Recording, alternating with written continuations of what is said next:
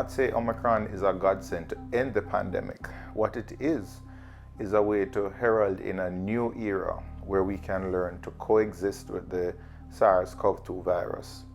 What we have done over the last few years is really manage the spread of the virus through lockdowns, border closings, and a disruption in our day-to-day lives that has seen children, businesses, families, and entire economies affected by the measures that have been put in place to stem the tide of spread. But what we ought to be moving towards now, and Omicron, due to its mild nature, is allowing, is that we need to learn to find a way where we can identify and protect those who are most vulnerable, and the rest of us can continue with our business. What this would entail is to find out who has chronic non-communicable diseases, those who are at increased risk because of their age or pre-morbid conditions, and they are the ones who we ought to be focusing the preventative measures on, and not so much affecting the younger, healthier adults who would be able to continue to drive the economy and, of course, continue their education. So the vaccines, really, their utility has evolved since the beginning of the pandemic.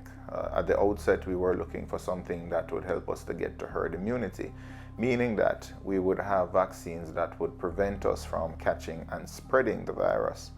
Of course, with the surge attributable to the Delta strain, what we saw was that persons who were vaccinated, they were able to catch the disease and pass it on.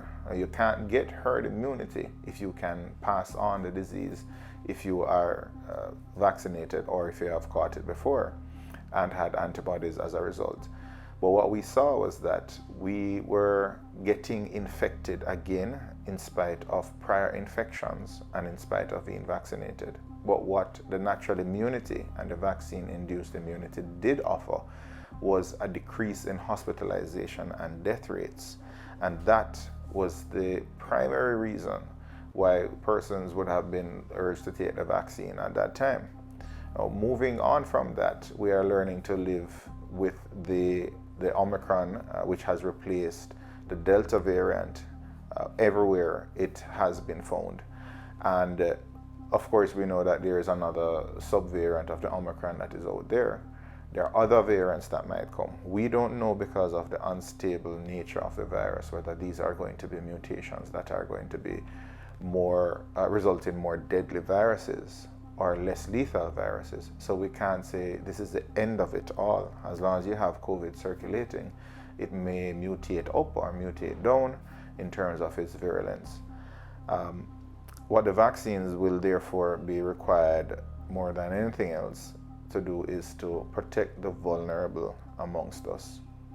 So in this new world where we're living with COVID, the utility of the vaccines are really to protect one from severe disease, not from catching it at all.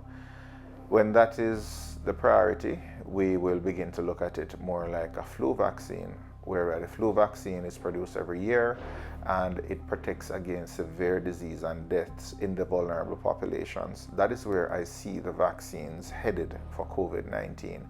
The older persons with a higher mortality rate, persons who are obese irrespective of their age, and those with underlying conditions such as diabetes, high blood pressure, heart disease, who we know have a worse outcome if they catch COVID-19.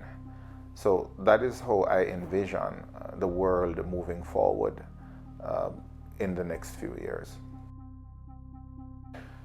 What I would say to Jamaicans who are still hesitant to take the vaccines is that they ought to weigh the risk of developing serious complications from COVID-19 to their concerns about developing complications from taking the vaccines.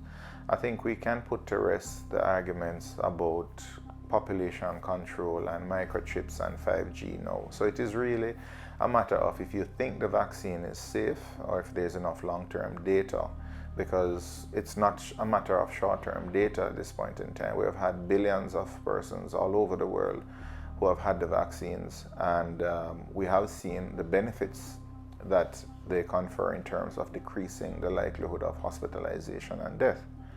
That would not necessarily be an advantage if you have a milder strain that would have a low risk of hospitalization and death. But these mild strains, they still can affect serious illness in persons, particularly those who are vulnerable. So we can't downplay the fact that there still needs to be a population or a subgroup of persons in the population who need to have their boosters because of the chances of severe disease. So it is really just a matter of weighing your risk of having serious disease versus what your concerns are about taking the vaccines at this point in time. And it's an informed decision that each person ought to make, and not one that is foisted upon them. Because the common cold, COVID-19 and the flu are all caused by respiratory viruses, they may have overlapping symptoms. Coronaviruses have been with us for quite some time, and the novel coronavirus was a bit different from the regular coronaviruses that would have caused the common cold, where you may have your sneezing and your sore throat and runny nose. In that these novel coronaviruses, the SARS-CoV-1 and SARS-CoV-2 that cause COVID-19, they tend to affect the lungs a lot more. The reason why Delta was so deadly was that it had a propensity to affect the lungs far more than the upper respiratory tract. Now, Omicron, on the other hand, behaved a little bit more like the other milder cold-causing coronaviruses. So Omicron presented more with the sneezing and less of the chest pain and shortness of breath. The important thing again with this Omicron variant was that you did not have the classic lack of taste and smell that the other variants had from Alpha, the original virus, and Delta. So it was behaving a little bit more like the flu-like virus, but the flu does not give you the sneezing and the runny nose that the coronaviruses would. They would basically give you more of your aches, joint pains. You may have your sore throat and so on, but they're a little bit difficult to determine which one you have. And I don't think we're going to be going into the era of testing flu versus corona to see exactly what you have. There are some new PCR tests that the FDA is pushing right now that will tell you whether or not it's a coronavirus versus a flu virus that you have. But as the symptoms are generally mild, if you are not having any infection in the lungs, or you're having a severe immunological reaction to it, they will pretty much look the same, which is why we always encourage persons that if you're having flu-like symptoms, especially during an outbreak, go and get tested. I've seen so many persons come in for testing who say that they only have a little sinus problems or their allergies are acting up, and then when you test them, it's actually COVID. As we are Jamaicans who are used to our herbal medicines and bush teas, it was not surprising that there are many home remedies that came about as effective treatments against COVID-19. Whereas some of them do work, the danger with continuing with herbal remedies is that you may present late to the hospital if they're not working. One of the issues that we have seen is that patients, they came to the hospital when their lungs were very badly damaged and they were having severe shortness of breath, and at that time there was little that people could do to help. There was very little that the hospital staff could do to help. And a lot of that came about because of delayed treatment.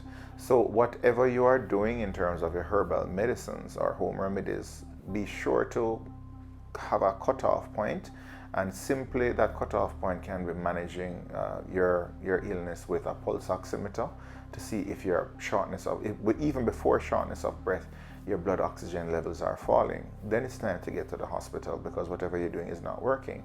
That being said, there are some remedies that have shown some benefit for treating COVID-19. Vitamin C, for one, is important, and vitamin D. We take for granted that because we live in the tropics, we should be having enough vitamin D in our skin because of the sunlight. But a lot of persons who are afflicted with severe COVID-19 are vitamin D deficient. Zinc deficiency as well has been isolated as a predictor of severe disease. Now, these interplay in that zinc itself helps to kill the viruses while they are inside the cells multiplying. Some chemicals, some natural chemicals, natural nutraceuticals, they can help the zinc to go inside the cells to accomplish this killing of the viral particles. And vitamin C, a plant chemical called quercetin, and quercetin by chance is found in citrus, red onions, red wine. So when we are drinking, when we're taking honey and lime juice for common colds or COVID, there is some science to it that it may aid in recovering. Many of the balms that we use, like fever grass, the fever grass may cut the temperature, as the name suggests, because of the aspirin-like substances that are in the herb, but it may not necessarily address the underlying condition.